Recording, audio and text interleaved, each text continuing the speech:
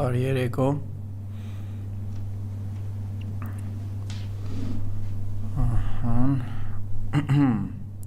Սկսենք։ Երկու օրախնդիր հարց ունենք։ Նախ լավ լուրով սկսենք, իհարկե լավ լուրեր որպես կանոն չեն լինում, բացառության կարգով։ Կհիշեք 2022 թվականին շատ արդեն անցած գնացած նախորդ կյանքից բան եմ ասում։ Դիմացիան շարժման ժամանակ, երբ որ դիմացիան շարժումը ավտոերթով Գյումրի էր գնում, ճանապարհին ճանապարհին չէ Գյումրիում կարծեմ հենց մի միջադեպ եղավ, որը հետագայում ձևակերպվեց որպես իբր որոշ երիտասարդներ, հիմնական դաշնակցական երիտասարդներ, ինչ-որ պապիկի են ծեծել, պապիկը այնտեղ ուղարկված սադրիչ էր,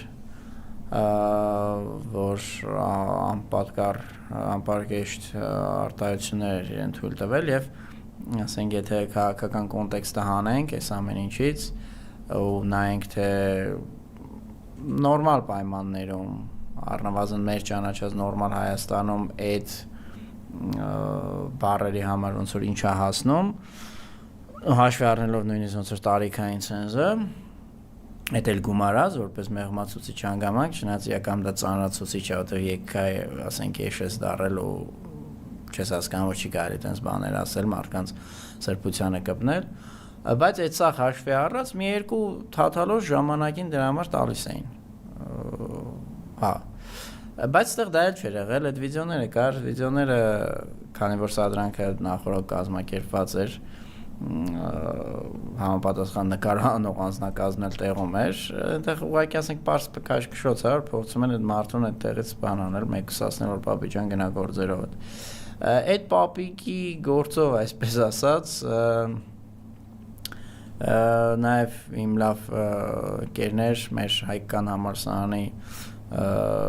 շրջանավարտներ Գոռն ու Տարոնը մի քանի ամիս իրենց կյանքից կորցրին արդիկ քրեակատարողական բանում հիմնարկում հաստատությունում եւ այսօր այդ գործը կարճվել է այնտեղ այսինքն տակը հանցակազմ չի գտնվել հիմա այստեղ նյուանսների մեջ խորանալու առանձնապես կարիք էլ չկա հատկապես որ չեմ հավակնում բանի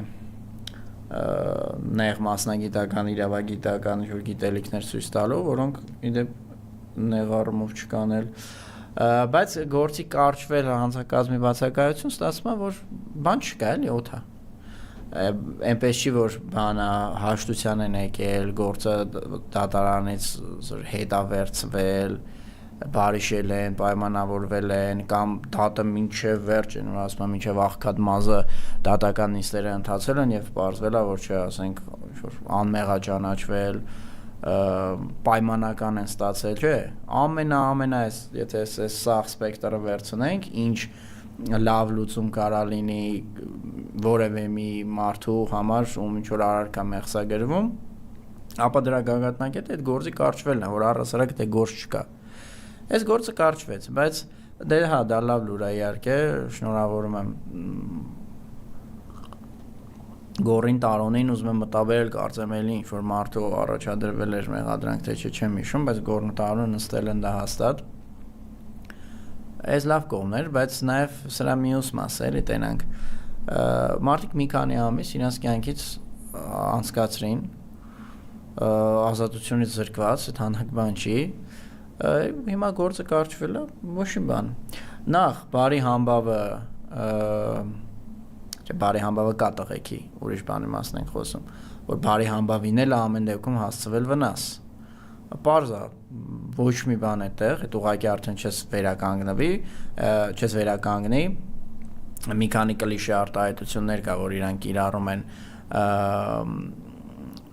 ազգային ուժերին պիտակավորելու համար հիմա շատ հանգիստ այդ մեկն էլ իրենք կարող են պահել իրենց արսենալում ոնց որ պապիկ ծեծող էլի ասենք պապիկ ծեծող դաշնակներ ոչխարություն ոնց որ կհիշեք ժամանակին մի հատ տխրահռչակ մարդ կա դե իսկ դժվարն է իրան ասել վերլուծաբան կամ փորձագետ, այդ մի քիչ վիրավորած կլինեմ իրական վերլուծաբաններին ու իրական փորձագետներին, այտենց հայտնի է, որ բոլոր մազերը սպիտակ են, մեկ էլ նրանով, որ 17 թվականին առաջարկում էր Ֆիզուլուց մի քանի գյուղ հանձնել Ադրբեջանին, իսկ 16 թվականին ինքը մեղադրում էր այն ժամանակվա Հայաստանի զինված ուժերի գլխավոր շտաբի պետ Յուրի Խաչատուրովին ծառայողական պարտականություններում թերանալու եւ այդ կոնկրետ ապրիլյան պատերազմի սկսվելու օրը բիլիարդ խաղալու մեջ։ Եկը հիշեք երևի այդ հայտնի պատմությունը։ Դատա գնացել այդտեղ, Դատաստան, այդ մարդը ճանաչվել է մեղավոր, զրպարտության բանի, հիմա կալարեմ էցող քիչ փորեմ նայեմ, բայց այն ինչ հիշում եմ 100% հոդվածը չեմ հիշում։ Պետք է որ լիներ զրպարտություն, բարի ամբավի արատավորում մեղավորը ճանաչվել, ներողություն ա խնդրել, կարծեմ նույնիսկ վիդեո տարբերակով, որովհետև իր հայտարարությունն էր վիդեո տարբերակով եղել այն ժամանակ հələ բաներ կային շատ, մամուլի կենտրոններ, հիմա սրանց ռեֆորմների արդյունքում համարյա չկան։ Այդ մամուլի կենտրոններից մեկում էր վիդեո տարբերակով ասել ու կարծեմ ներողությունն էլ դատանը պարտավորեցեց վիդեո տարբերակով ասել, բայց ասենք քանի հոգի ասա հիշում։ Փոխարենը այդ միֆը փաթեթավորված այդ արտահայտության մեջ բիլիարդ էին խաղում ոնց որ լապատկեքով կռվել էի դեպ ստացավ քաղաքացիություն նույնն էլ ասենք այս բանը պապիկ ծեծող այսինքն իրանք սա փաստացի խոշտանգում է մարդու կյանքից այդ ժամանակը այդ ամիսները ոմանց դեպքում տարիները տանում են օրինակ Քոչարյանի դեպքում էլ Ռոբերտի վերջում էլի պարզվեց որ այտենց հոդված առասարակ չկա ոնց որ հիմա գան ինձ մեղադրեն օդ շնչելու մեջ ընդ դատական պրոցեդուրա գնա լուրջ դեմքով դատավորները գան ես այդ ընթացքում փակված լինեմ հետո ասենք անցնի մի 2 տարի ու կես ու ասեն բայց ախր բան չկա այտենց նայել են քրեական օրենսգրքում այտենց հոդված չկա կամ կա բայց շուտ տպագրական սխալ է ոնց կարելի է օդ շնչելու համար մարդուն բան անել արարք մեղսագրել ազատեք մի հատ ոչ կներես, ոչ ասենք այդ անգլիայում կոչվում է opportunity cost, այսինքն այն հնարավորությունները, որ դու կորցրել ես այդ ընթացքում, հենց փող չես կորցրել, բայց ասենք հնարավորություն ես կորցրել, ոչ opportunity cost-ի վերականգնում, ոչի բան։ Դե սա բան է, ու երբ որ սա սկսում է մասսայական բնույթ կրել, սա մենք կոչում ենք կոնկրետ հետապնդում եւ փափուկ խոշտանգում։ Դե խոշտանգում որ ասում եմ, փափուկը հատուկ եմ հիմա շեշտում, որովհետև բառը ինքնին որ ասում ես, մարդիկ ընկալում են, որ բանով պինցետով եղուն քաշել, շոր բերանի մեջ սպիրտ լցնել, հետո բան, լուցկի, ասենց ինչ-որ դաժանագույն տեսարաններ, այո, դրանք էլ են խոշտանգում, բայց խոշտանգման այլ տեսակներ էլ կան, այսինքն երբ որ դու օգտագործելով քո բռնաճնշիչ համակարգը, որի մենաշնոր ունես ու որից պաշտպանվելու համանման կերպով պաշտպանվելու միջոցներից մարդը ուղղակի զրկված է ինքնին այդ պաշտպանությունն էլ է քրեական հանցագործություն։ Երբ այդ բռնաճնշիչ համակարգից օգտվելով ուղղակի միակողմանիորեն մարդուն սիստեմատիկ կերպով հասցնում ես ֆիզիկական եղուն քաշելու դեպքում հոգևոր, հոգեմտավոր եւ սոցիալական վնաս։ Հիմա ոնց անենք մարդուց երբ որ եղունգը քաշում ես, այդ եղունգը հələ կարող է աճի լավ թերապիայի դեպքում։ Դա կարող է չաճի 50-50 է կոպիտ ասած։ Բայց որ մարդուն ասենք ասում են պապիկ ծեծող կամ սամանդական կարգի տապալման մեջ են մեղադրում, հետո որ այդ գործերը կարճվում են, հոդվածները ջնջվում են, դա ինչ պիտի լինի այդ մարդկանց պատճառված բանը, սոցիալական վնասը խոշտանգումը, ոչի բանը չի լինում։ Այ հենց դրա համար ենք սա կոչվում բան համակարգ, բռնաճնշիչ համակարգ։ Գալով օրախնդիր հարցերին, երեք մի հատ կարճ բան եղավ, ամպլիտուդը վերև գնալով քննարկվեց, հետո համեմատաբար մարեց թեման, որ Եվրոպայի արտաքին գործերի նախարարը, այսպես ասենք, այնտեղ պաշտոնյանը շատ երկար է, բայց դա մեծ հաշվով արտաքին գործերի նախարարն է։ Կայա Կալասը մամուլի ներկայացուցիչների հետ շփման ժամանակ ասել է, որ բայց այդ շատ հավես է հերթով գամ էլի ուրեմն սրանք պետքա ունենան բան արտաքին գործերի նախարարների հավաք ԵՄ ԱԳՆ ղեկավարների հավաք Հայաստանի դեֆակտո ԱԳՆ-ն հայտարարություն է տարածում որ այդ դեֆակտո ԱԳՆ-ի դեֆակտո ղեկավարն էլ է մեկնելու մասնակցելու այդ բանին արդեն տարօրինակ է ոնց կարա անդամ երկիր չհանդիսացող բանը երկրի ղեկավարը մասնակցի ԵՄ-ն ընդդեից ասում է որ չէ Հայաստանի հարցը նախաճաշին է քննարկվելու այսինքն մարդը գնում է զավտրակ անելու բայց դա դառնում է որ լուրջ մասնակցում է ԱԳՆ-ի բանին էլի խորհրդակցությանը եւ ինչ է հայտարարում կալասը այդ բանի մամուլի հետ շփման ժամանակ եկեք ես բառացի թարգմանեմ ասում է որ ընդ եկա Ուկրաինայի հարցով բաներ կա շատ կարևոր է որ Ուկրաինան կարողանա պաշտպանել ինքն իրեն հարցակվել է ոնց որ թե պլավնի մոռացվեց ու ասում է այնուհետև ունենք քննարկումներ նախաճաշի համար ունենք Հայաստան չէ՞ բառացի եմ կարդում first for the breakfast we have Armenia մի քիչ այլ տպավորություններ ա թողնում բայց դες անեկդոտ կա ասում եթե դու սեղանի շուրջ եթե դու ոնց որ ռեստորանում սեղանի շուրջ նստած ես եւ բան չես անում չես մասնակցում մենյուի հարցով քննարկմանը թե ինչ պատվիրել ամենայն հավանականությամբ ես քեզ են պատվիրելու այս այդ դեպքն է անշուշտ Հայաստանում արխիվում ընտրություններ են եւ ինչ կարող ենք մենք անել օգնելու համար նրանք մեզնից խնդրել են նույնատիպ օգնություն ընդդեմ չարորակ ազդեցությունների ինչպիսին մենք տրամադրել ենք Մոլդովային ավելի պարզ ասած սրանք գնացել ասել են ռուսները իրանց մարդկանց են առաջ տալիս այնտեղ գիտեք որ ուժերի անուններն են տվել դե առանձնապես իրանց քարոզչական բանը վերարտադրելու կարիք չկա հա անձնակազմներ են որ գալիս են փող քաղտեխնոլոգներ հասեք փրկեք նույն բանը Մոլդովայում էր իդե բան եղել հիմա ստեղ ինքնիշխանության հարցն է նորից բացվում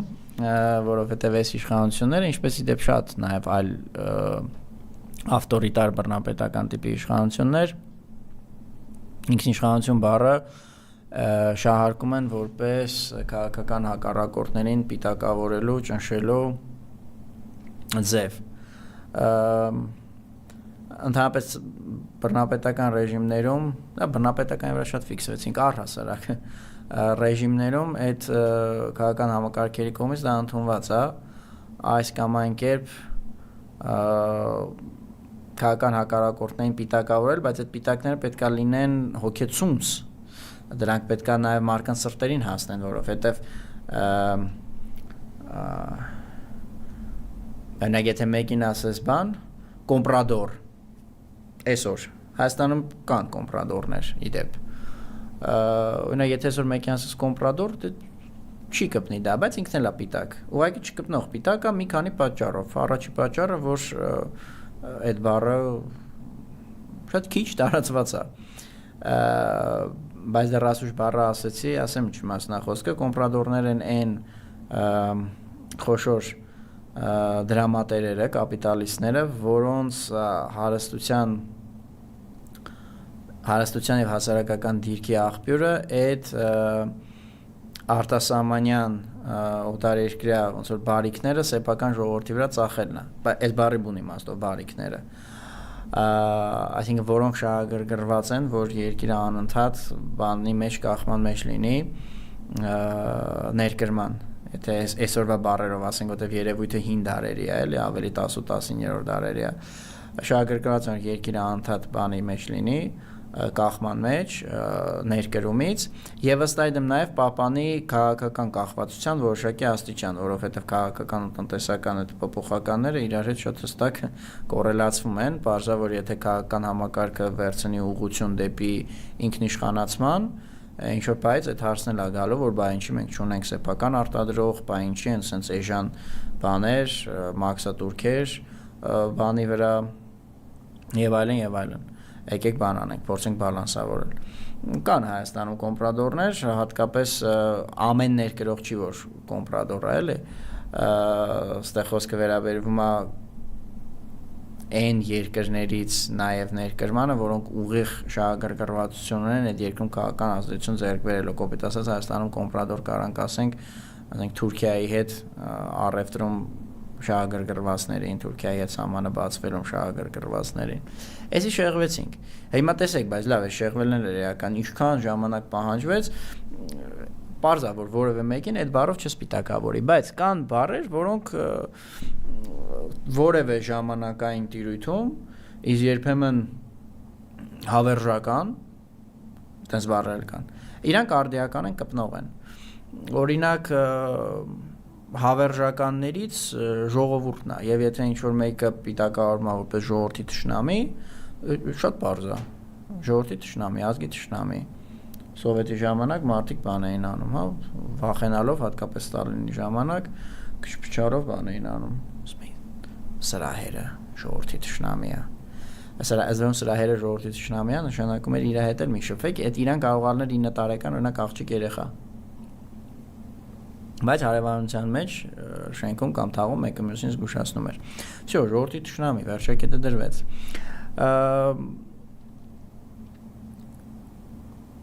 Էջևի ամենակարկառուն բաներից էր, պիտակներից էր, հետո թերևս երկրորդ տեղում օտարերկրյա գործակալն է։ Դե դա էլ է Հայաստանում տարածված, վստահ եմ գիտեք, եւ հիմա այս ճակերտավոր, այսինքն ում ուզես այդ անունը կարաս բան անես, էլի ում ուզես կարաս դնես մարդ որ օրինակ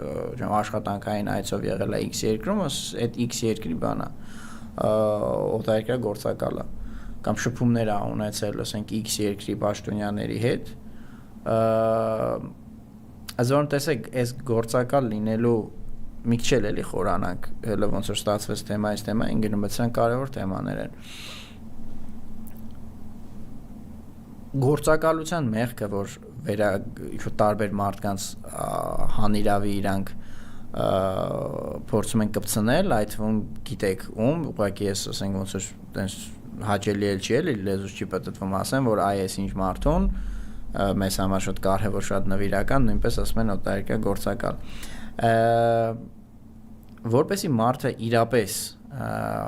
ասենք համարվի այդպեսին, շատ կարևոր է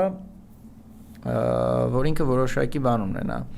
գաղտնիության հասանելիություններ օրինակ ունենա, կամ իր ծառայողական պարտականությունները այս կամ այն կերպ դա ենթադրեն։ Օրինակ զինծառայողի դեպքում այս հարցն էլ պետք է բարձրացնենք, որ լիքը զինծառայողներ, այդ թվում պաշտպանության բանակի մինչև այսօր դատվում են բանի համար, իբր պետական դավաճանության թշնամու տեղեկություններ փոխանցելու, բայց այն հողը, որը իրանք կոչված էին պաշտպանելու, այս մարդիկ հանձնելու հայտարարել են որպես Ադրբեջան, այդ դեպքում էլ ոնց են այդ մարդկանց դատում թշնամուն տեղեկություն փոխանցելու համար, եթե ընդհանրապես մենք թշնամի չունենք, խաղաղություն, եղբայրություն, աղբերություն, այս էլ է շատ լուրջ էլի մտածելու տեղիք տալ, օրինակ պաշտպանության բանակի նախկին հրամանատար Արզումանյանին ինչի համար են իրանք ինչ բանով են դատում էլի, ինչ իրավունքով ընդհանրապես։ Ստացվում է մարդը օտար պետության տարածքում ինչ բաներ է արել։ Ուֆ լավ է։ Գործակալին վերադառնալով, հա, բանակում ծառայողը ինքը արդեն բնականորեն որոշակի զգայուն տեղեկության հասանելիություն ունի։ Նույնը գաղտնիության որոշակի աստիճան ունեցող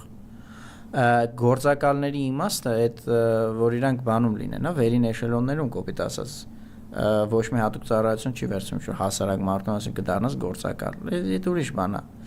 Բայց իրանց այս ամեն ինչը հետաքրքիր չի, այնքան նա պիտակը լինի։ Ես նրա համար եմ անդառնում, որ ստեղեականը բանն է, պիտակն է։ Հիմա դրա համար բան են արել, օգնություն են խնդրել։ Ասում են եկեք մեզ բան արեք, փրկեք։ Ես էդ էլ հիշացնեմ, որ երբ որ սկսվեց եկեղեցու դեմ արշավը, այդ ժամանակ դեռևս միայն ստատուսների մակարդակով, բայց պարզ էր, որ դա հրետանային նախապատրաստությունն է, նախերգանքն է, տեղի ունեցավ զրույց Հայաստանի դե ֆակտո պարագլխի եւ Ֆրանսիայի ղեկավարի միջև։ Եւ կհիշեք, դրանից հետո ֆրանսիացին գրեց, որ շատ ճիշտ է ամեն ինչ, Հայաստանը շատ բարդ ժամանակներ է անցնում հանուն իր դեմոկրատիայի եւ մյուսի անուն ինչ էր արտաքին ազդեցությունների ձեռս մնալու, շնորհակալություն, ցտեսություն, Twitter արեք, կարծեմ X-ում էր գրել։ Այսինքն սա նրան համոզել էր, որ չէ, մեռնեմ եկեղեցու զորությանը, ինչ եկեղեցի ուղակի ինձ գիտես գործակալներ կամ բան եւ այլն, ինչ որ հիմա այդ Միքայել եւ Բագրատ arczepiskoposների բնորոշմամբ տիրադավները մեկի եթերում հերթափոխով ասում են։ Լավ, բա ինչ անել, եթե կան գործակալներ, կհարցնի ընդհանրապես թեմայից բեղաբար մարդը, որպես կանոն այդպիսիք Հայաստանում չկան։ Այսինքն օտարերկրացին հարցնի։ Ընդհանրապես պետության գործառույթն է, մի բա եթե սա հայկական կոնտեքստից վերանանք ու պատկերացնենք, որ երկիր է, որի մասին մենք ոչինչ չգիտենք, մենակ գիտենք, որ կա ինչ-որ պետության իշխանության կողմից մեղադրանք, որ կան ինչ-որ գործակալներ, կա ինչ-որ արտաքին ազդեցություն եւ ու այդ պետությունը գնացել է, ասենք, այլ ինչ-որ վերպետական կազմավորման, պետությունախմբի խնդրել է օգնություն։ Ընդհանրապես պետության գործառույթն է, որ ինքը զբաղվի այդ ազդեցությունների չեզոքացմամբ։ Դա պետության գործառույթն է, պետությունը ինքը դա պիտի անի, այդ ինքնիշխանություն բառը, որ ասում են, ինքն իշխան։ Այսինքն դու պետք է քո տարածքում կարողանաս այդ իշխանությունը բանեցնել, ինքդ այդ հարցը լուծել։ Քեզ կարող օրինակ դրա համար մեկը պրինտեր տա, ասես էլ իմ կողմից պրինտեր։ Կարող ես պրինտերով պայքարել օտարերկրյա գործակալների դեմ, զեկույցները տպեն, գերատեսչությունները։ Մեկը կարող է նույնիսկ բան անի, հայտարարությամբ բան անի քաջալերի, բայց նույնիսկ դա հաճելի չի, որովհետև դա ներպետական հարց է։ Դա ներպետական հարց է, դու պետք է կարողանաս դրա դեմ նառնել։ Երբ որ դու գնում ես երրորդ կողմից դրա համար օգնություն ես խնդրում, դա ինքնիշխանության ինչ որ մի մասի հանձնում է։ Հələ մի կողմ ենք թողնում են, որ այդ միջամտությունը չկա։ Այսինքն ինչի մասն է խոսքը։ Եթե կա օրինակ քաղաքական ուժ, ենթադրենք, որը ունի պրոռուսական ուղղվածություն, այդ դարավ ռուսական գործակալ, բովաբադությունից դուք եք դառնաք թուրքական գործակալ, լավ ճանապարհ չի սահմանումներ տալու։ Զգույշ ելնենք։ Չէ, դա նշանակում է այդ ուժը ունի պրոռուսական բան, բռնեք բանով արկել եք։ Օրենք ընդունեք արկել եք, եթե դա տենց վատ բան է։ Արկելվում է ռուսական կողմնորոշում ունենալը։ Այսինքն այս պետքա ֆիքսել, որ գործակալներ չկան, կան ուժեր, որոնք որոշակի չափով կամ որոնց դեֆակտո իշխանությունները այս կամ այն չափով փորձում են ներկայացնել որպես պրոռուսական եւ դրանից բխեցնել արդեն գործակալությունը։ Հիշենք օրինակ Ամերիկայի ընտրությունները, որ մինչև այսօր կարծեմ այդ գործը գնում է դատական հələ չի փակվել, 16 թվի, բայց ընտրությունների մասն է խոսքը, որ այնտեղ թեմա բարձրացավ, որ Ռուսաստանը տարատեսակ ներգործություններ ա ունեցել 16 թվի ընտրությունների վրա, որտեղ կհիշեք ընտրվեց բանը Դոնալդ Տրամպը առաջի անգամ։ Եվ մարդիկ կասկած ունեին եւ գործ բացեցին, բայց չեկան ասենք Եվրամիությանը դիմեն, չեկան Հայաստանին դիմեն, որ կարող է մի հատ գազ բան անես, ուսումնասիրես, էլ տենաս ռուսները իրոք ազդեցություն ունեցեն, թե չէ, իրանք իրանցով սկսեցին բան անել, իրանք իրանցով սկսեցին սպաղվել։ Ինչքան պետությունը ավելի շատ է էական հարցերում, իսկ շակերտավոր գործակալների հարցը կապ չունի այդ հարցը կա թե չէ, բայց եթե դու որպես իշխանություն դա հնչեցնում ես, դա լուրջ հարց է։ Ինչքան պետությունը ավելի շատ է լուրջ հարցերով ինքը ինքնուրույն զբաղվում, այդքան կարող ենք խոսել ինքնիշխանության բարձր մակարդակի մասին։ Հիմա այստեղ շատ սահուն կերպով պետք է մի հատ ուրիշ թեմայի անդրադառնանք, բայց ինքը մաքուր ինքնիշխանության մասին է։ Այս նույն թեմայի մասին է եւ այդ ինքնիշխանությունը, այսպես ասենք, պատվիրակելու։ Բառացի կուզեի մեջ բերել, որեր է դի։ Հա, այսա։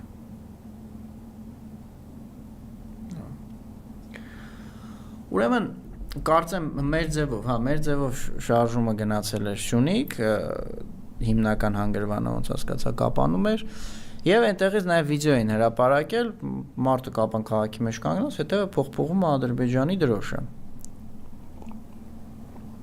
Եվ խոսել էին ոնց որ իրենց տեսլականի կամ պրոտոտեսլականի մասին, թե ինչպեսին պետքա լինի բանը, անունն ինչա դրա։ Հայաստանի անվտանգային համակարգը ապագա։ Ինչ որից է։ Հա, որ լավ չի բանակցվել, բան եւ այլն մի խոսքով։ Հա, բանակցողի մասն էին ասել։ Եվ դե ֆակտո իշխանության անդամներից մեկը արդեն այնքան են իրանք են բանը փողոցային արտիստը որ բանը անում, հա, շարիկը տարբեր բաների մեջ բաժակների մեջ պատտում է ղժբժ ալնում աշկերտ, այնքան են իրանք արդեն տեղափոխվել օրենսդիր գործադիր ռազմարաբոչի են էլ այնքան նա աշխատավարձ լինի, հիմա այս կդժվարանա մեծ մարդու պաշտոնը հիշել ու էական էլ չի դեպ գրել էր որ բայ իհարկե այդպես էլ պետքա լիներ ողջի գետից արևելք Ադրբեջան պետությունն է եւ չկա այլ իրականություն, այդ իրականությունը կար 5-6 տարի առաջ եւ ամենակարևորը, բայց հիշում ենք որ այս մարդիկ ինքնիշխաններ են Զորում բան Ռուսաստանից են փրկում այդ ինքնիշխանությունը, շատ կարևոր է գելեր չկա այլ իրականություն, որովհետեւ անկախ մեր ցանկություններից այդ սահմանները որոշվել էին բանում սովետական միության ժամանակ այդ պետության ներքին ընթացակարգերով Այսինքն, տեսեք, երբ որ խոսքը գնում ազգային իրավունքների ազգային պայքարի եւ այդ հարցում իրանց լիակատար ցախողման, եթե ավելի դաժան բառ չասենք, մասին, այստեղ իրանք հիշում են գոյություն չունեցող մի պետություն, եւ նրա խիստ այսօրվա նաեւ ընկալմամբ խիստ կասկածելի բաները, ներքին ընթացակարգերը Իրանց թողնես կասեն չէ սովետը բաներ, բանդ էր, բան չկար, խոսքի ազատություն չկար, բան բայց այդ չկար, այդ հողերի որոշման հարցում ամեն ինչ լեգիտիմ էր, այդպես ոնց է լինում։ Այսինքն երբ որ բանա հարցը գալիս է ազգային իրավունքներ, իրանք որևէ խնդիր չունեն, ասեն որ սովետում այդ ամեն ինչ որոշված էր, ամեն ինչ ճիշտ է։ Իդեպ այդ մեկը Ադրբեջանն էր ասում։ Մեկ էլ Ադրբեջանն էր ասում, որ հետխորհրդային երկրների ու կոնկրետ Հայաստանի Ադրբեջանի սահմանները պետք է որոշվեն այնպես, ինչպես դա եղել է մետրոպոլիայի իշխանության տարիներին, այդ միջազգային իրավունքի մեջ կոչվում է բան ուտի պոսեդիտիս, այսինքն նա ով բառացի լատիներեն թարգմանաբար, նա ով տիրապետել է, փզես է արել մինչև այդ Աֆրիկայում է որոշ տեղեր այդպես ընթացել ապագա աղոթացում եւ Լատինական Ամերիկայում, բայց Լատինական Ամերիկայում չկար այն կոնտեքստը, որը կար այսօրվա բանում Այսօրվա մեր տարածաշրջանում չկար ասենք Բրազիլիա, Արգենտինա հա դժվար իրար բան անեին, այդպես փորթափ էին առաջին հայացքի շատ փոքր 12000 քառակուսի կիլոմետրի համար։ Հա դե ասել են վախտին ոնց եղել է, հալբատ մի բան հաշվի են առել եւ իրոք հիմնականում հաշվի են առել աշխարհագրական բաները, գետը որտեղ է, սարը որտեղ է, թող տենց էլ մնա, ավեշ չկա։ Այդ պաշտպանում էր Ադրբեջանը, հիմա դա պաշտպանում են Հայաստանի դե ֆակտո իշխանությունները։ Բայց Լավ, ես էլ մի կողմ, սա ոնց որ տենց շատ ինչ-որ նոր բան չասեցի այդ առումով, ինչքան էլ ցավալի է, որ նորություն չի, որ Հայաստանի իշխանությունները մեկին մեկ հարում են ադրբեջանական տեսակետին, բայց այստեղ գալիս ենք ավելի բան հարցի։ Նախ ֆիքսեցինք այդ բանը, հակասությունը, որ միտեղ Ռուսաստանը ու գերագույն թշնամի, իսկ մյուս տեղում Ռուսաստանի իրավանախորդը քաղաքակրթական եւ քաղաքական, ռազմավարական, միջուկային իրավանախորդը, որը արդեն գոյություն չունի, բարձվում է այդպես վերին աստիճանի բան է։ Լեգիտիմության մարմնավորումը, երբ որ հարցը վերաբերվում է, թե ասենք Կապանի аэроպորտից այտենց 23 մետր հեռավորության վրա պետքա թուրքերը լինեն, թե ասենք 72 կիլոմետր։ Այստեղ ուրիշ խնդրեմ էլ կա, որ մի քիչ մտնենք այս մարդկանց գլուխների մեջ, էլի, մի քիչ հասկանանք իրանք ոնց են մտածում եւ ըստ այդմ ինչ են փորձում պարտադրել հայկական հասարակությանը, հայ ազգին, որ այ դուք էլ sense պիտի ապրեք։ Եթե ասենք Հայաստանի սահմանները, օրինակ սովետի ժամանակ ոնց որոշվել է, հա, մի հատ խնդալու բան էլ էր գրել, ասում է 21-րդ դարում ոչ մի պետություն չի կարողանում սահմաններ փոխել, այս ընդհանրապես մանկական ծիծաղեր առաջացնում մեզնից 1000-ից ավելի քիչ կիլոմետր հեռավորության վրա, ասենք Թուրքիան գրավել է ամբողջ Սիրիան ու Ուկրաինայում տեն մենք ինչա կատարվում 21-րդ դարն էր, որ բանը եղավ Աֆրիկայում պետության բաժանումը ու լուրջ դեմքով ասում են 21-րդ դարում ոչ մեկը չի կարողանում բան անել, սահման փոխել։ Իրանց պատկերացումը պետք է Նապոլեոնի արշավանքներով պետք է բան լինի։ Նապոլեոնի արշավանքները պետք է լինի, որ ասեն հա, դեսի սահման փոխեց էլի, բայց մնացածը որ սահմանը դե ֆակտո փոխվում է կամ նույնիսկ պետությունը դե ֆակտո դադարում է գոյություն ունենալ, ինչպես Ասադների ժամանակաշրջանի Սիրիան այդ հետ նրանցանք առաջ ուրեմն ստացվում է որ լուրջ հարցերն են գալի այդ արտաքին ճակերտավոր ազդեցության դեմ պայքար այդ պետք է Եվրամիությունը անի ազգային սահմանների բան որոշում անվտանգության ապահովում դե այդ սովետի վաղ ոնց եղել է Вообще ձեզով էր խնդրում հակառակը անեիք, դուք եք մեղավոր, սովետի վաղ ոնց եղել է, այդպես պետք է լինի։ Ու հարցը առաջանում, լավ, այս մարդիկ ինչն են ընկալում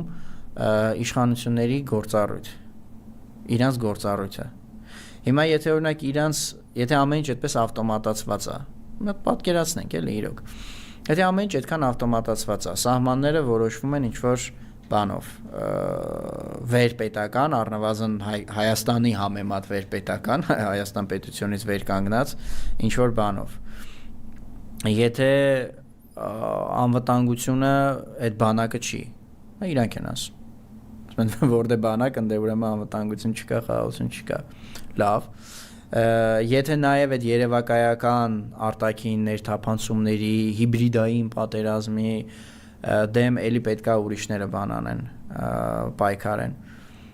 լավ տակը ինչ ամենում եթե այդ ամեն ինչը ավտոմատացված արտապատվիրակված է հա հիմա ճանապարհն են ուզում արտապատվիրակեն Սյունիքի եթե ամեն ինչ կարելի է արտապատվիրակել լուրջ հարցերն եմ ես ասում ուրեմն այն տակը մնացածը ընդհանրապես կարելի է արտապատվիրակել դուք ինչով եք զբաղվում թոշակ բանանելով թոշակ տալով կամ չտալով հայտարարելով որ ումա պետք է թոշակը դրանք ծախսող չեն նորմալ կոռուպուջանով են թե ինչով պարեկներ ինչ որ բանանելով կարգելով այդ ավելի հավատացում ավելի հեշտ բան է քան ասենք վերը քննարկածս թեմաները բայց փաստացի հայկական պետականության գաղափարը իրանց որ լսես իրանք այդ պետականության գաղափարի թիմ 1 ջատագովներն են փաստացի հայկական պետականության գաղափարը սրանց մոտ հասցված է ինչ որ վարչաբյուրոկրատական բանի մակարդակի եւ ես նույն անպայման այդ մակարդակը պետք է լինեն իրենք բայց այն լուրջ հարցերը չկան կամ իրանք ուղղակի դրանով չեն զբաղվում օրինակ բանակը կրճատում են բոլոր առումներով եւ ասում են որ ընդհանրապես դա լավ բան չի որտե բանակ ու ընդ ուրեմն խաղաղություն չկա դե ասեմ սիրելիները սա բնորոշ է գաղութացված երկրներին սա գաղութացված երկրներին է բնորոշ կամ ուղղակիորեն օկուպացված օրինակ մենք ասում ենք չէ նացիստները հոլոկոստ էին անում մարդկանց սպանում էին ճիշտ ենք ասում սաղ գրավեցին ուզում էին մնացած ամբողջ Ռուսաստանը բանը սաղ աշխարհը գրավել բայց ունեք եթե նայենք նացիստները ոնց են իրանց պահել նվաճված տարածքներում այնտեղ ձևական առումով ինչ որ ազգային վարչակարգեր կային Ուկրաինայում էլ կար Լեհաստանում էլ Բելարուսում էլ մի քիչ ավելի նվաճ չափով հաճախ իրար էին նաև տալիս բնականաբար Բերլինի բանով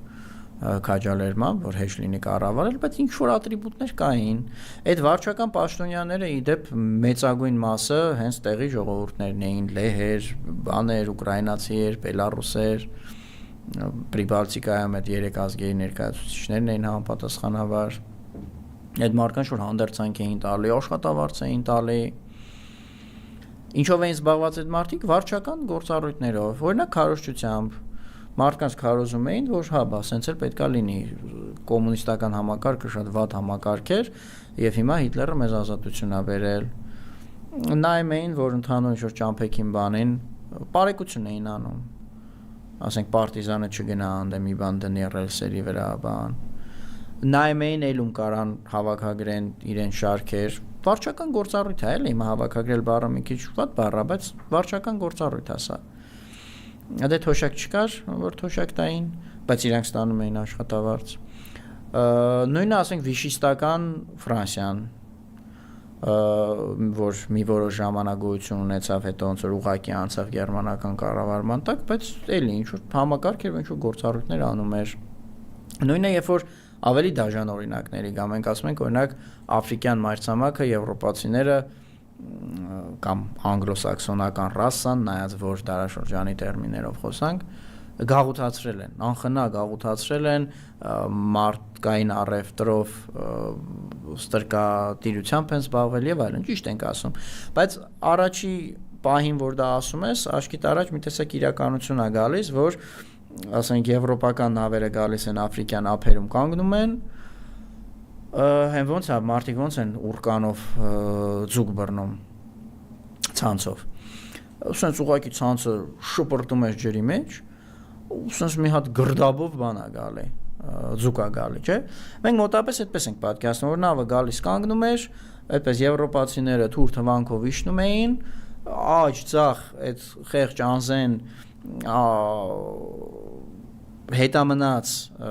քաղաքակրթական զարգացման իմաստով, այսինքն նաև տեխնոլոգիական առաջնորդի զարգացման իմաստով, այդ խեղճ ու կրակ մարդկանց լցնում էին նավերը, հայդա տանում էին։ Եվ ընդ ոչ իշխանություն կար, ոչ պետություն կար, որ այդ ամեն ինչին դիմադրե, ոչ բան չկար։ Մի քիչ այդքան էլ այդպես չի եղել պատկերը։ Դե ֆակտո մեծ հաշվով, հա, բայց շատ կարևոր է ստրուկտուրաները։ Այնտեղ ինչ որ պրոտոպետական բաներ կային, ցեղապետեր կային, որոնք իրենց թագավոր էին համարում, ամեն ինչ չէր այդպես տուր տրակոցով կռվով լինում, շատ հաճախ ընդհակառակը գալիս էին ցեղապետի մոտ, ասում էին դու ես ցեղապետը, ասում էր հա, վզից միած զանգուլակներ էին կախում, այդ մարդու թվում էր թե այդ մեծ բան է իշխանության խորհրդանիշը, ասում էին հեսա տես մեր թագավորներն էլ ունեն, պրոստը իրանց թագավորներն է եվրոպական, հետի ոսկու ցերելնում, արծաթի ցերելնում, այս մարդուն ինչ որ ուղակի բիժու էր, էլի։ Բիժուն կախում էին վզից, ասում էին լսի դուք իմանաս, էլի, մեկ էլ մենք այդքան չխորանանք, ես բիժու, դու էլ մեզ ինֆորմացիա տուր, քո ցեղի ամենապինդ տղամարդիկ ովքեր են, դու արա էլի, դու լուրջ մարդ ես, դու ցեղապետ ես, բայց դու պիտի իմանաս, թագավոր ես, այս հարիվն էլ բերում էր։ Հիմա ով կարա ասի, որ այս մարդը իշխանություն չուներ, ինքնիշխան չէր, ինքնիշխան էր, չէ՞։ Ուղղակի իր իշխանությունը բան էր անում, սահմանափակված էր զուտ վարչական գործառույթներ անելով, իսկ այն կարևորագույն բաները չկային։ Այդ Զավադսկոյ հանձնած էր փաստացի թշնամուն, որտեղ եթե մեկը գալիս է քեզ մարդա տանում, թշնամի է, բա ինչ է։ Հիմա սրանք հայկական իշխանությունը մոտապես այսպես են պատկերացնում։ Եվ այստեղ մենք հետ են գնում 90-ականների բանավեճին, առայն որի պաշտպանն էր Լևոնը, որ Հայաստանը պետք է ամբիցիաներ չունենա։ Ընդհանրապես ինչ է նշանակում ամբիցիա, ազգային ամբիցիաներ։ Ինքը ասում է պետք է լինի սովորական նենց, ոնց կա։ Դե սովորական նենցը մոտապես է դա էլ, այսինքն ինչ կանոններ արդեն որոշված կան, ու ով մի քիչ ավելի կարող զորբայություն անի ասի իմ որոշած կանոնը պետք է ընդունես, այդ կանոններով ապրելը։ Ամբիցիան այն ցանկալի վիճակն է, որը գոյություն չունի։ Եթե մի բան գոյություն չունի, բայց դու ձգտում ես դրան, այսինքն ունես այդ ամբիցիան, այո, բնական է, որ դու ինչ որ չափով ստատուս քվոն խախտելու ես։ Եվ բնական է, որ որոշ ուժերի դա այս կամ այն չափով դուր չի գալու։ Հիմա առաջին հերթին սա պրոյեկտվում է իհարկե Ղարաբաղյան շարժման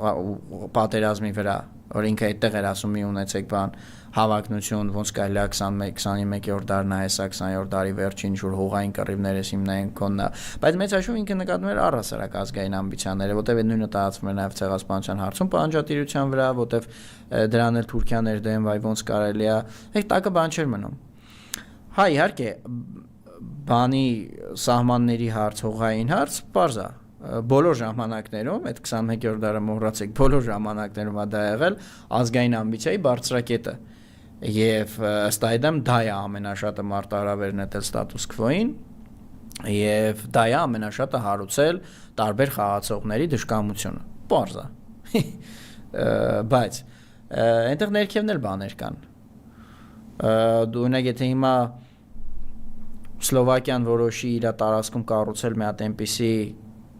data center կամ ատոմակայան կամ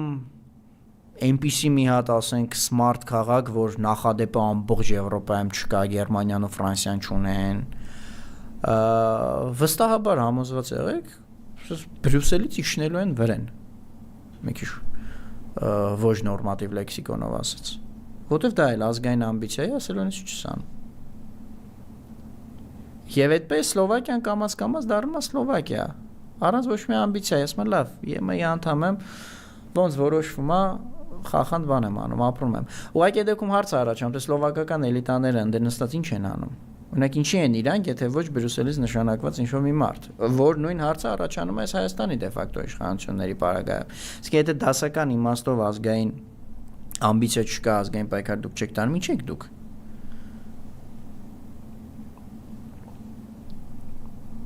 Շատ լուրջ հարց է առաջանում։ Ու ել եմ ասում, մենք բանավեճով հետ են գնում 90-ականներ։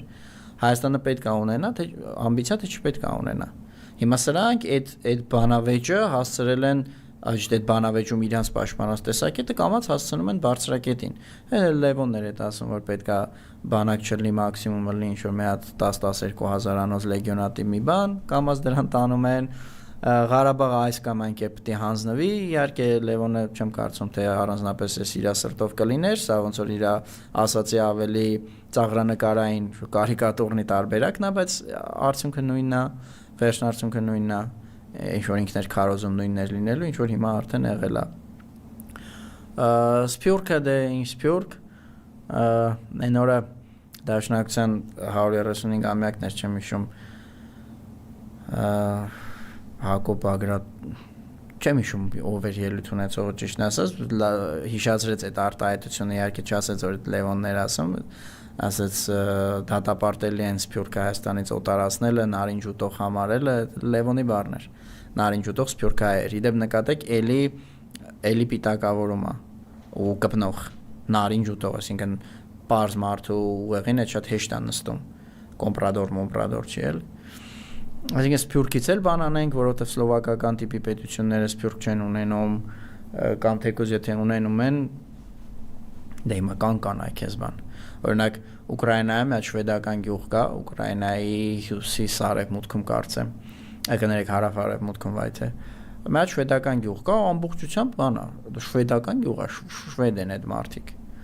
Էթնիկ շվեդեր են, մինչև հիմա երկլեզվանի են, նույնիսկ երեք լեզվանի միգուցե չգիտեմ կարող ռուսերեն էլ գիտեն, շվեդեր են, ռուսերեն, ուկրաիներ են, կամ առանց ռուսերենի։ Բայց օրինակ եթե բան անեն, այդ մարդիկ ամբողջ գյուղով որոշեն քոչել Շվեդիա, ասեն, ապեր ծերոնք ենք, ինչ-որ պատմական միկրոէպիզոդի արդյունքում հայտնվել ենք ստեղ։ Մեզ հետ ընդունեք, քաղաքացիություն տվեք, ապրենք, շվեդ ենք, դուք էլ եք նույն ձև մեր պես, շվեդ մենք էլ։ Չի ստացվի։ Իրանց Շվեդիան կվերաբերվի այնպես, ինչպես Ուկրաինայի մնացած քաղաքացիներին, որովհետև մի Սլովակիա էլ Շվեդիան է։ Լինելով վերպետական մարմնի մեջ, ԵՄ-ի մեջ, չկասի էսա։ Մեռնեմ օրենքի զորությանը, հա, շվեդ եք, ինչ անենք։ Այն կազմավորման մեջ, որ ես գտնվում եմ, այտենց թեմաներ չկան ազգային։ Հիմա սրանք մոտապես այդ տեսակ մի բան են Հայաստանից փորձում բան անել, սարքել Դրա վերջը լինելու է իհարկե կլանումը բանի կողմից, Թուրքիայի կողմից, որովհետև չի կարա էլի ուղղակի վակուում լինի ֆիզիկայի օրենքներին այդ բանը անում, վակուումի մեջ կարա վակուում լինի, բայց սոցիալական իրականության մեջ վակուում չկա, այսինքն էներգիան հարափոփող բանի մեջ է, ընթացքի մեջ է։ Հիմա ոնց կարա Հայաստանում ուժի վակուում առաջանա, ասենք օրինակ բանակը կրճատում է, ուժի վակուում է, արտաքին պաշտպանունակության վակուում է ու ասենք Թուրքիան դա չլրացնի Սիրիայում լրացրել է Հայաստանում քիչ պիտի լրացնի բայց հələ այս ամեն ինչի ամենապարադոքսալը որ մի հատ էլ այսախ process-ում սրանք սիրախաղ են անում ԵՄ-ի հետ այսինքն ԵՄ-ն հիմնական իրանց ինստիտուցիոնալ բանն է ինստիտուցիոնալ սիրեկանն է այս հարցում Թուրքիան վերջնական շահառուն է բայց ինստիտուցիոնալ սիրեկանը որ այդ process-ը բան անի էլի հովանավորի բան անի ինձ լավնայի ջեբը փող դնի եւ այլն ԵՄ-ն է մի հատ պետական վերպետական կազմավորում որի ճակատագիրը ինքնին մշուշոտ է ապագան ինքնին մշուշոտ է այսօր նայում ես ասենք ամերիկան ոնց է խոսում ԵՄ-ի հետ մեղքդ գալիս են իրանք ներսում են խոստովանում որ ոնց որ թե այս մոդելը բանա այն չի Ամերիկան ընդհանրապես օվկիանոսից են կողմ ասում դուք չեք ջոգում որ դուք բան եք ալնում պրսնում եք արդեն այս տեմպերով եւ այս մեր խեղճ ու կրակ երկիրը քաշ են տալիս այդ դեպի կորցանում գնացող գնացքի այն ամենավերջի այն որ բաներն են նստում դե 19-րդ դարում տես վագոններ կային ամենաէժան տոմս բաները էլի առածները որ ոտի վրա էին գնում այդ ոտով կանգնածների վագոնն են փորձում բան անել գցել ու ամենազավեշտալին ինքնիշխանությունը պաշտպանելու անվան տակ հիմա այս process-ում ինքնիշխանություն ընթացքում մնաց չմնաց թողնում եմ ձեր դատողությանը եւ վերջին դիտարկումներից իսկապես ոչ թե դիտարկում սա տեղեկացում ցանուցում է շաբաթ օրը դեկտեմբերի 20-ն է եւ մեր հայոց եկեղեցին նշում է Սուրբ Աբգար թագավորի Քրիստոսին առաջինը հավատացած մեր թագավորի տոնը Աբգար նախավկայի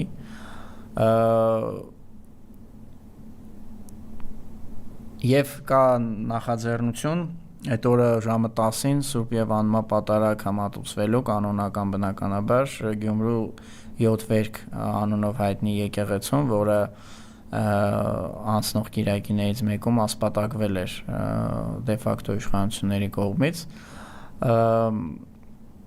շատ կարևոր է կարծում եմ յուրաքանչյուրի սաղոթական ներկայությունը այդ օրը այնտեղ հաշվի առնելով հանգամանքը որ Արագածոտնի թեմն է նաև նախաձեռնում որի թեմակալ առաջնորդը սպային բռնադատված է Մկրտիչ Սրբազանը եւ երկրորդ որ Աբգար թագավորի տոնը եւս մեկ հիշեցում է մեր եկեղեցու շատ ավելի հին պատմության, քան 301 թվականից սկսվող պատմությունը, այսօր գիտեք փորձում են հայկական եկեղեցին ներկայացնել որպես բան պետության նախարարություններից մեկը, մոտավորապես ասածները դա այդ որ ասում է տրթաթակավորը զարթնելու տենց հրով արտակա ստորագրել նույն հաջողությամբ այսօրվա դաշտ եթե բերեն, քանի որ ինքը իրան նույնացնում է այս պարագայում է թակավորի հետ, շատ ծիծաղալու է դեպ այն սահմանները, որի վրա տիրում էր այդ թակավորը ու այն սահմանները, որ հիմա ինքը հանձնում է, շատ բան են էլի, տարաչափ են բայց եթե մտնենք իրա բերած անալոգիայի մեջ, ապա ուզում եմ ասի, որ ես էլ մի հատ ուրիշ հրով արտակ կարամ ստորագրեմ, լուծարեմ եթե դա տենց է, պետությունն է ստեղծում, պետության այդ ժամանակվա ղեկավարն է ստեղծում, դե նույն հաջողությամբ, եթե այդ բանը գերատեսչությունը չի ենթարկվում իրան, կարև լուծարի, այդ է իր ասածը էլ չասած, որ մեր թշնամիների, մեր չուզողների մեր նույնիսկ բարեկամ, բայց մրցակիցների ջրաղացին է ջուր լցնում սրանով եկեղեցին արհեստականորեն երիտասարդացնելով ու տենց որպես տրթատական, որպես այտենց ասենք օրինակ նեստորականներ կային, արիոսականներ կային, այս մարդկանց անունով էր կոչվում կամ հետո Հայաստանում միջին միջնադարում Պավլիկյաններ, Պողոսի անունով, Թոնդրակյաններ, հիմա այտենց ինքը մոտավորապես որ տրթատականի բան է ստվերա ուզում գցի եկեղեցու վրա, մինչդեռ եկեղեցին ոչ տրթատական է, ոչ աբգարական, առաքելական է եւ առաջի դարում հենց Քրիստոսի առաքյալները եկել են հիմնել են այդ եկեղեցին այսինքն այստեղ մենք ուղիղ մեր եկեղեցին ուղիղ բան ունի բառեզբու իմաստով աստվածային շարունակականություն այսինքն Աստծուց փոխանցվել է առաքյալներին Աստվածը իրանց տվել այդ իշխանությունը հոգևոր նրանք էլ այդ իշխանությունը ի գործ են դրել մեծ հաշվով սա Աստծո ստեղծած եկեղեցին է հայոց եկեղեցին իսկ Աբգար թագավորը ուղղակի կարևոր է որ ինքը անդրանիկ հայ թագավորն էր որ հավատացել է Քրիստոսին եւ որ այս ամեն ինչը գնում է դեպի առաջի դար ոչ թե 4-րդ դար սա էլ այս մասով ժամը 10-ին է սկսվելու Գյումրու 7 վերք եկեղեցում պիտի որ վաղը նաեւ արդեն ասվի թե ով է խորհրդակատար քահանան բայց պատարագը ցանկացած դեպքում կանոնական է կարևորը դա է անձերը չեն եկեղեցում այս դեպքում կարևոր այսօրվա համար այսքանը ընկերներ դուք ձեր էկրանի ներքևի աջ մասում տեսնում եք QR կոդը որը սկանավորելով կանցնեք մեր Patreon-ի հարթակը եւ այդտեղ կարող եք ձեր բազմակի կամ մեկ անգամյա աջակցությունը նվիրատվությունը բերել դրանով նաև օգնելով շարունակական պահել այս եւ առաջիկա այլ ձևաչափեր բաժանորդագրվեք եթե YouTube-ով եք նայում հայկական ալիքի YouTube-յան էջին Շնորհակալություն նաև մեր գործընկերոջը Հայելի ակումբին, մշտապես նաև մեր եթերները տարածելու համար, ովքեր որ նայում են TikTok-ով, բաժանորդագրվեք Էդգար Էլբակյան ալիքին, իսկ մենք կհանդիպենք ուրբաթ օրը, պինդ եղեք, վերջում ամեն ինչ լավ է լինելու, ինձ եթե լավ չի, ուրեմն դեռ վերջը չի։